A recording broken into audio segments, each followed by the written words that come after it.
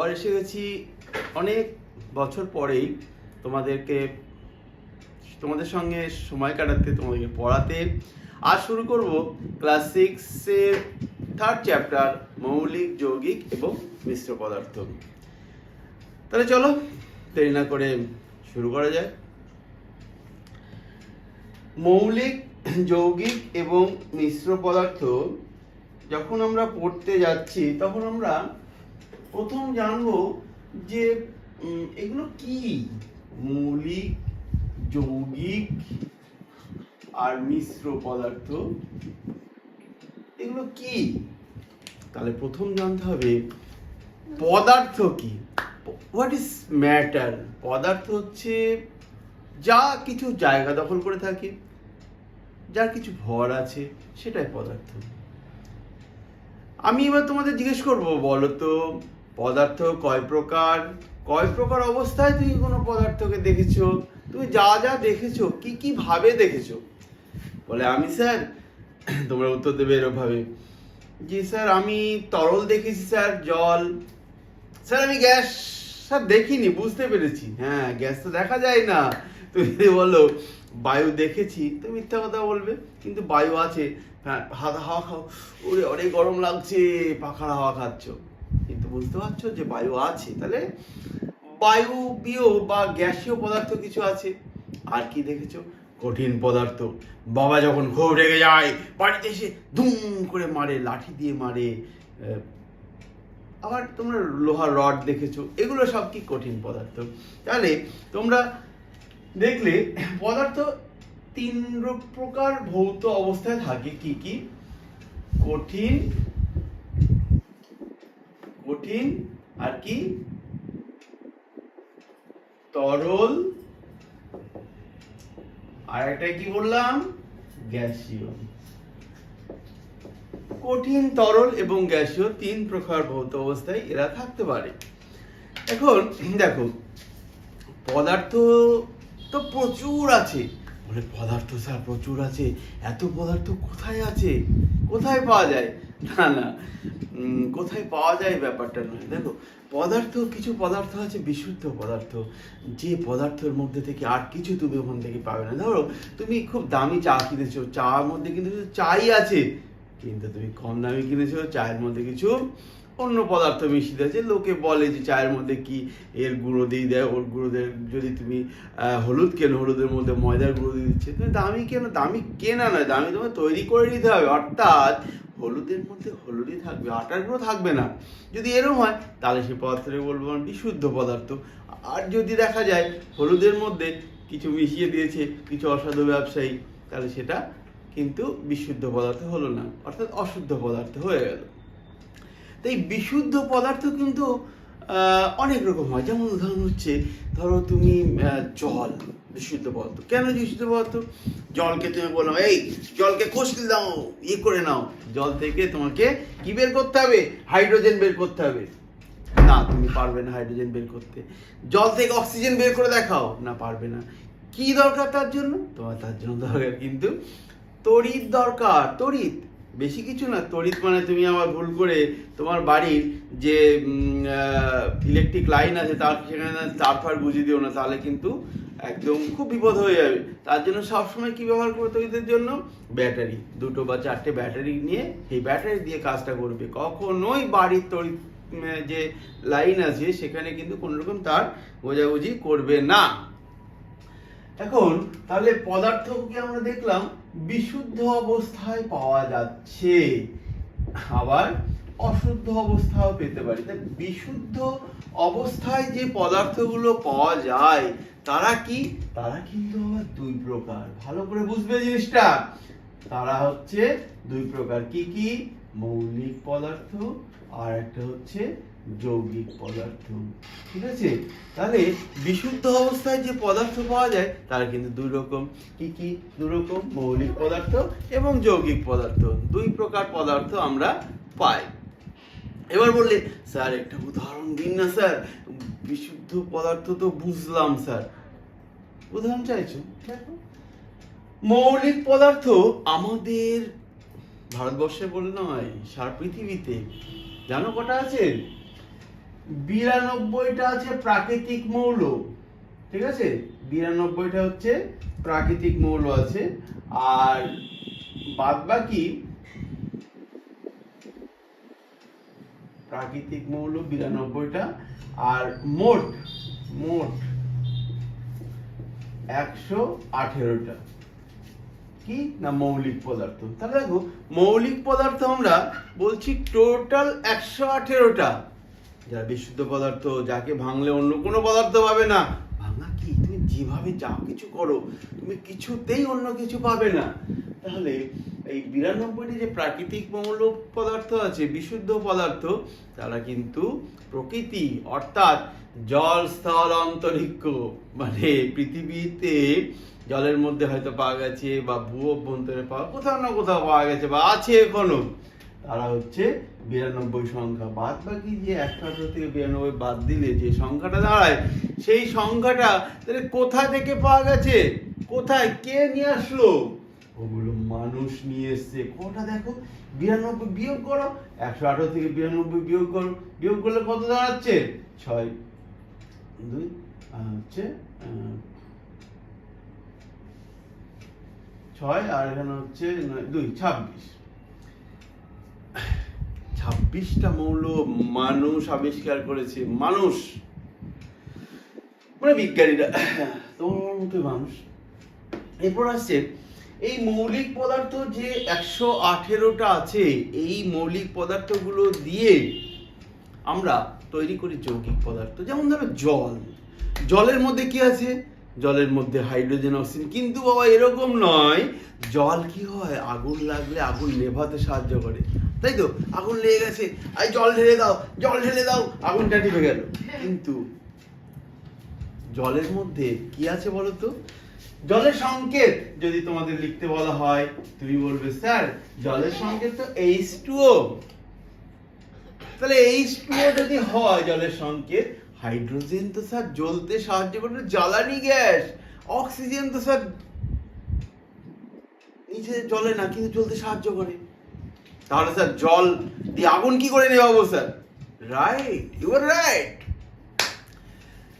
জলের মধ্যে না আছে অক্সিজেনের ধর্ম, না আছে কোনো হাইড্রোজেনের ধর্ম, অর্থাৎ জল একটা সম্পূর্ণরূপে আলাদা পদার্থ, যার সঙ্গে অক্সিজেন বা হাইড্রোজেনের কোনো মিল নেই। এটা কিরকম স্যার? জলের মধ্যে বলছেন হাইড্রোজেন অক্সিজেন আছে, কিন্তু স্যার দেখতে পাচ্ছি না, বের করতে পারছি না। হাইড্রোজেন স্যার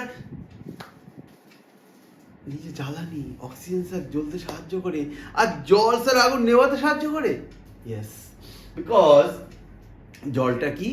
জলটা হচ্ছে একদম ভিন্ন ধর্মী একটা পদার্থ, যেটা বিশুদ্ধ পদার্থ, বাট সেটা যৌগিক পদার্থ। কেন যৌগিক পদার্থ?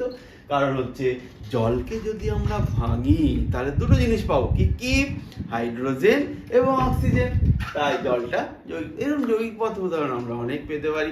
যেমন তুমি যে জিনিসগুলো খাও, তুমি খাও তো কিছু, ইয়েস, তুমি জলও খাও, তুমি নুনও খাও, তুমি ভাতও খাও, রুটিও খাও, বিস্কুট খাও, কলা খাও, আপেল খাও, আঙুর খাও, দুধ খাও, আর কত কি নাম করবো।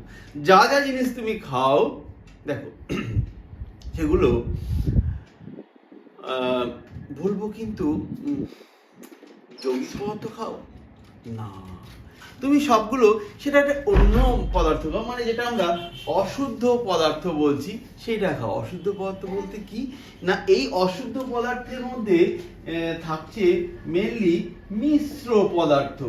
অশুদ্ধ পদার্থের মধ্যে যে পদার্থটাকে আমরা পাই সেটা হচ্ছে মিশ্র পদার্থ, অর্থাৎ একাধিক পদার্থের মিশ্রণ। সেটা কি হতে পারে? সেটা দুটো মৌলিক পদার্থ হতে পারে, দুটো যৌগিক পদার্থ হতে পারে, বা একটা মৌলিক একটা যৌগিক হতে পারে, একটা মৌলিক 10টা যৌগিক হতে পারে, 10টা মৌলিক একটা যৌগিক হতে পারে। অর্থাৎ একের বেশি পদার্থ যদি একসঙ্গে মিশে থাকে এবং তাদের যদি আলাদা যে গুণগুলো আছে সেগুলো যদি বজায় থাকে, তাহলে সেই পদার্থকে আমরা বলি মিশ্র পদার্থ। উদাহরণস্বরূপ নেওয়া যাক, তোমাদের বাড়িতে নিশ্চয় রান্না হয়? হ্যাঁ স্যার হয়। বাড়িতে নিশ্চয় লবণ আছে? আছে স্যার। নিশ্চয় চিনি আছে? চিনি খাও? আছে স্যার। চিনি আর লবণ তুমি মিশিয়ে দাও। মিশিয়ে দিয়েছো স্যার? হ্যাঁ স্যার দিয়েছি। এবার একটা চামচ দিয়ে একটু খাও। খেয়েছো? খাও না, খেয়েছো? ব্যাস, কেমন লাগলো? স্যার একটু একটু নোনতা, একটু একটু মিষ্টি। তাই তো লাগবে, কারণ চিনি আর লবণ মিশিয়েছি, এটা একটা মিশ্র পদার্থ, এটা কোনো নতুন পদার্থ তৈরি হয়নি। যদি হতো তাহলে না নোনতা লাগতো, না মিষ্টি লাগতো, তাহলে অন্যরকম কিছু একটা লাগতো, হয়তো তেতো লাগতো বা কিছুই লাগতো না। যেমন জলের তো কোনো টেস্ট নেই, টেস্টলেস, স্বাদ নেই, বর্ণ নেই। যাই হোক, তাহলে নিশ্চয় এতক্ষণে তুমি বুঝে গেছো যে মিশ্র পদার্থ আর মৌলিক এবং যৌগিক পদার্থের মধ্যে পার্থক্যটা কি। বুঝতে পেরেছো? মৌলিক পদার্থ হচ্ছে যে পদার্থকে ভাঙলে তুমি আর কোনো পদার্থ পাবে না। মানে তুই যেভাবেই ভাঙো, হাত দিয়ে ভাঙার কথা বলা হচ্ছে না, হাতুড়ি দিয়ে ভাঙার কথা বলা হচ্ছে না, তুমি তড়িৎ বিশ্লেষণ করো বা কোনো রাসায়নিক পদার্থ যোগ করো, মানে রাসায়নিক বিশ্লেষণ করো, রাসায়নিক বিক্রিয়া ঘটাও, সেখান থেকেও কিন্তু তুমি অন্য কোনো পদার্থ বের করতে পারবে না। অক্সিজেনের সঙ্গে যাই করো, অক্সিজেন থেকে অক্সিজেনই বেরোবে, অক্সিজেন থেকে অন্য কিছু তুমি পাবে না। কিন্তু জলকে তড়িৎ বিশ্লেষণ করো, জল, এই যে জল, জলকে তড়িৎ বিশ্লেষণ করলে তুমি দুটো জিনিস পাবে, হাইড্রোজেন আর অক্সিজেন, H2 আর O2। তাহলে জলকে আমরা বলবো কি? যৌগিক পদার্থ। মিশ্র বলবো না কেন? আবার একবার বলছি, দেখো, জল কিন্তু মিশ্র পদার্থ নয়। কেন? মিশ্র পদার্থ হলে জলের মধ্যে থাকা হাইড্রোজেন অক্সিজেনের দুটো ধর্ম বজায় থাকতো, মানে জল দিয়ে আগুন আর নিভতো না, আগুন বেশি বেশি জ্বলতো। মানে মানে হচ্ছে, আবার বলছি, হাইড্রোজেন এই যে একটা জ্বালানি, জলে অক্সিজেন জ্বলতে সাহায্য করে, তাহলে জল দিলে আগুনে আরো বেশি করে আগুনের লেলিহান শিখা চারিদিকে আমাদের যেন গ্রাস করতো। বোঝা গেছে নিশ্চয়? এবার দেখো, একটা কনসেপ্টে আসছি আমরা। এই কনসেপ্টটা হচ্ছে অণুর কনসেপ্ট। অণু, হোয়াট ইজ অণু?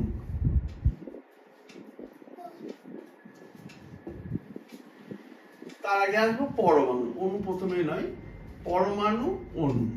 তা আজকে পরমাণু অণুর একটা ব্রিফ ইন্ট্রোডাকশন আমরা দিই, সংক্ষিপ্ত।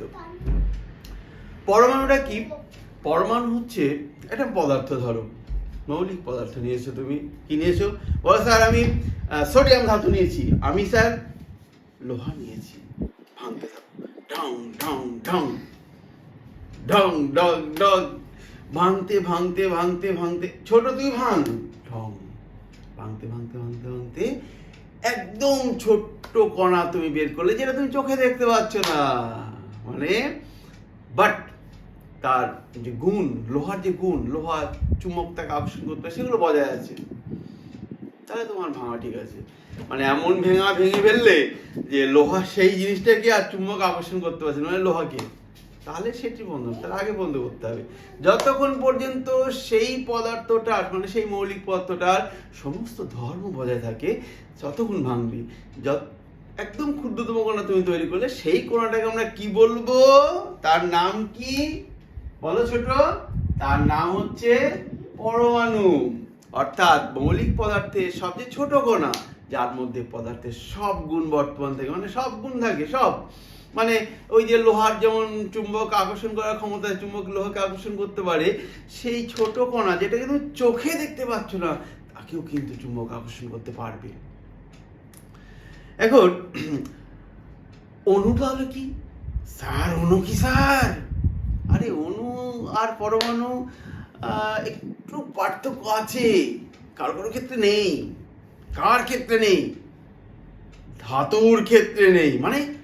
মানে হচ্ছে ধাতুগুলোর ক্ষেত্রে, ধর সোডিয়াম, লোহা, এই যে Na লিখলাম, এটা হচ্ছে চিহ্ন বলা হয় সোডিয়ামের। Fe লিখলাম, মানে লোহার চিহ্ন বলা হয়, আমরা এগুলো পড়বো। তা এই ধাতুগুলোর মধ্যে কি হয়? ধাতুগুলোর পরমাণু, যেভাবে পরমাণু সংজ্ঞা দিয়েছি, একটা পরমাণুকে রেখে দিলে বলো আমি মস্তান আছি, আমি একা থাকতে পারবো। অর্থাৎ ধাতুর পরমাণুগুলো না একা একাই থাকতে পারে, তাই তো ছোট? হ্যাঁ, তাহলে ধাতুর পরমাণুগুলো যদি একা থাকতে পারে, তাহলে ধাতুর পরমাণুগুলো একা থাকতে পারে, মানে হচ্ছে ধাতুর অণু তৈরি হয়েই আছে। মানে হচ্ছে অণু তাকে বলা হয় যে পদার্থের মধ্যে মৌলিক বা যৌগিক যাই হোক না কেন, দেখো পরমাণু কিন্তু একমাত্র মৌলিক পদার্থের হয়, আর অণু কিন্তু মৌলিক পদার্থের হতে পারে, যৌগিক পদার্থের হতে পারে, যার মধ্যে পদার্থের সমস্ত ধর্ম থাকে, সেটা হচ্ছে অণু।